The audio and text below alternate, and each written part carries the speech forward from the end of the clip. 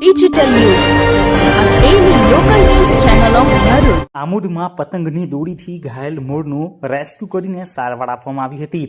પક્ષીઓની સારવાર માટે 20મી જાન્યુઆરી સુધી કરુણા અભિયાન કાર્યરત રહેશે. આમોદમાં આજરોજ પતંગની દોરીથી એક મોર ઇજાગ્રસ્ત બન્યો હતો, જેની સામાજિક વનીકરણ રેન્જ આમોદ કચેરીને જાણ કરવામાં આવતા વન વિભાગની ટીમે તેનું રેસ્ક્યુ કરીને ઘાયલ મોરને રેન્જ કચેરી ખાતે લાવીને સારવાર આપવામાં આવી હતી, જે બાદ તેને નૈસર્ગિક વાતાવરણમાં મુક્ત કરવામાં આવ્યો હતો.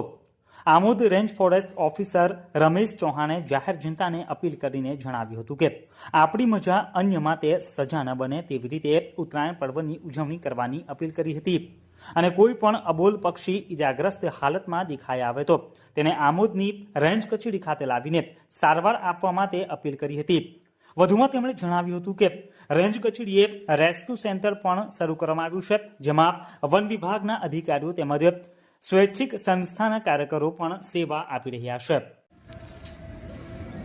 આજરોજ ઉત્તરાયણનો પર્વ નિમિત્તે અત્રે આમોદ સામાજિક વનીકરણ રેન્જ ખાતે પક્ષીઓનું રેસ્ક્યુ સેન્ટર કાર્યરત કરેલ છે, જેમાં તમામ આમોદ રેન્જનો સ્ટાફ, NGO, મારા સાથી મિત્રો જોડાયેલા છે.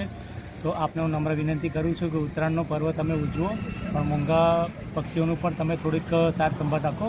કોઈ પણ તમારા આજુબાજુના એરિયામાં કોઈ પક્ષી તમને ઘાયલ અવસ્થામાં મળે તો અત્યારની આમોદ રેન્જ કચેરીનો, NGOનો તમે સંપર્ક કરી અને કોઈનો જીવ બચાવીએ એ તમે એક માનવતાના રીતે એક પરમ ધર્મ છે. અને બીજું, તમે તહેવારના સાથે સાથે પણ થોડુંક પક્ષીઓને સાંજના 6 વાગ્યા પછી પતંગ ચગાવવાનું થોડુંક જો મર્યાદામાં રાખશો તો કોઈ પણ પક્ષીને તેઓના બિચારામાં બચાવોથી આપણે દૂર નહીં થાય અને મૃત્યુ પામશે.